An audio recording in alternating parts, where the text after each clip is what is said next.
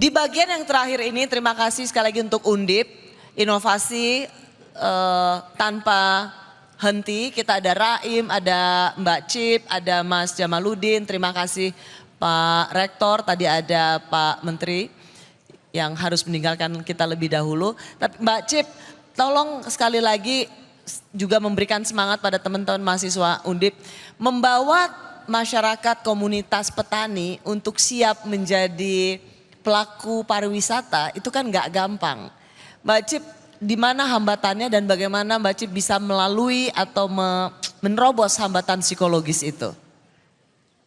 Saat itu yang pasti memang tantangan terbesar kami dalam membuat desa wisata bergerak lebih maju adalah merubah mindset masyarakat yang awalnya memang mata pencaharian petani menjadi pelaku wisata. Itu tantangan terbesar kami saat itu.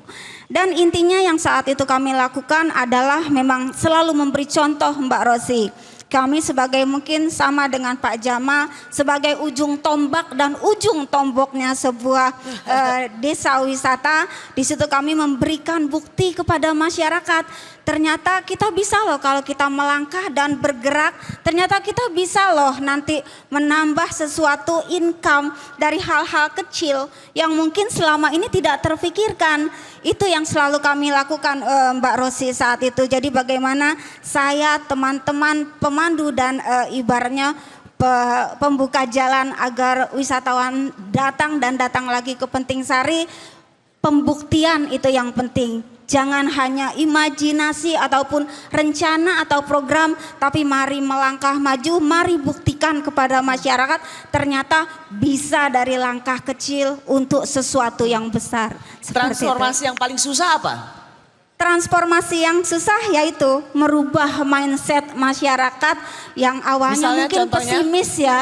Saat itu pesimis, mungkin kalau teman-teman mahasiswa atau mahasiswi Undip melihat di Google kami, kita itu nggak punya daya tarik wisata Mbak Rosi. Kita nggak punya air terjun, kita nggak punya embung, tapi hanya dari sebuah kampung kecil yang tidak apa-apa, tidak punya sesuatu yang bisa dibanggakan, ternyata bisa kami jadikan sebuah destinasi yang dimana setiap spot-spot atau titik-titik dari kampung kami jadikan destinasi dan itu digerakkan oleh masyarakat lokal Mbak Rosi seperti Tepuk tangan dulu dong untuk Mbak Cipta.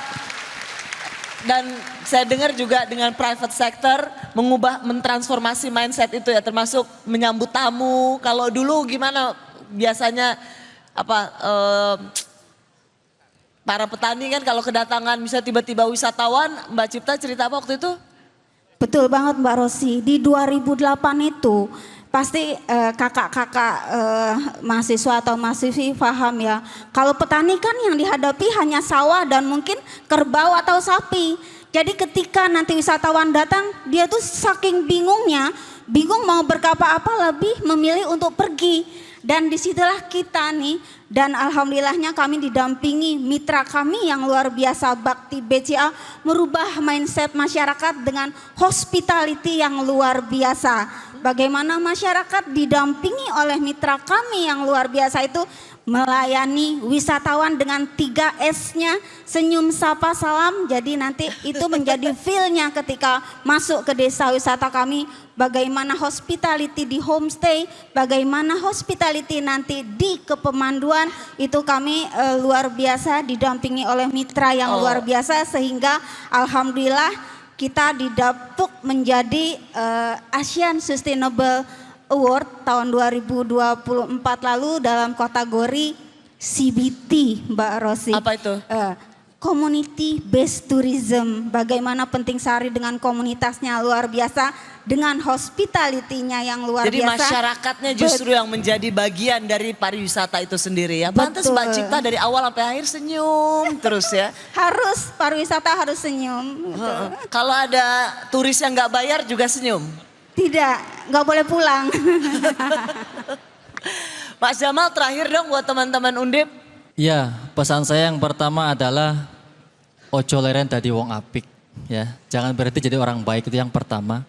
Dan yang kedua adalah ketika kita ingin menciptakan sesuatu, memberikan sesuatu, jangan jarkoni.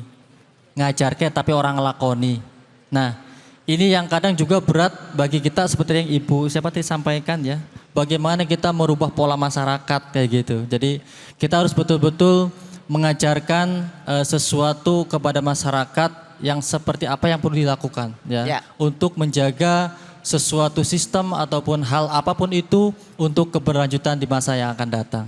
Terima kasih Mas Jamal, Mas Cipta. Terakhir Raim. Sorry, waktu hari pertama saya ke kampus, hari pertama kami masuk kuliah. Persis seperti di aula seperti ini, ramai semua orang. Itu kakak senior kami, dosen kami panggil satu-satu mahasiswa, terus dia bilang perkenalkan diri, terus sebut cita-citanya. Waktu kami masuk di kampus, teman-teman saya sangat seragam cita-citanya. Nama saya ini, yang laki-laki mau jadi PNS, rata-rata semua mau PNS. Nanti pas saya naik, nama saya Laude Raimudin, cita-cita saya mau jadi astronot. Dan persis seperti ini bisik-bisiknya, bisik-bisik. Waktu saya bilang saya pengen jadi astronot itu, saya juga sadar tidak mungkin dalam hidupnya saya akan jadi astronot.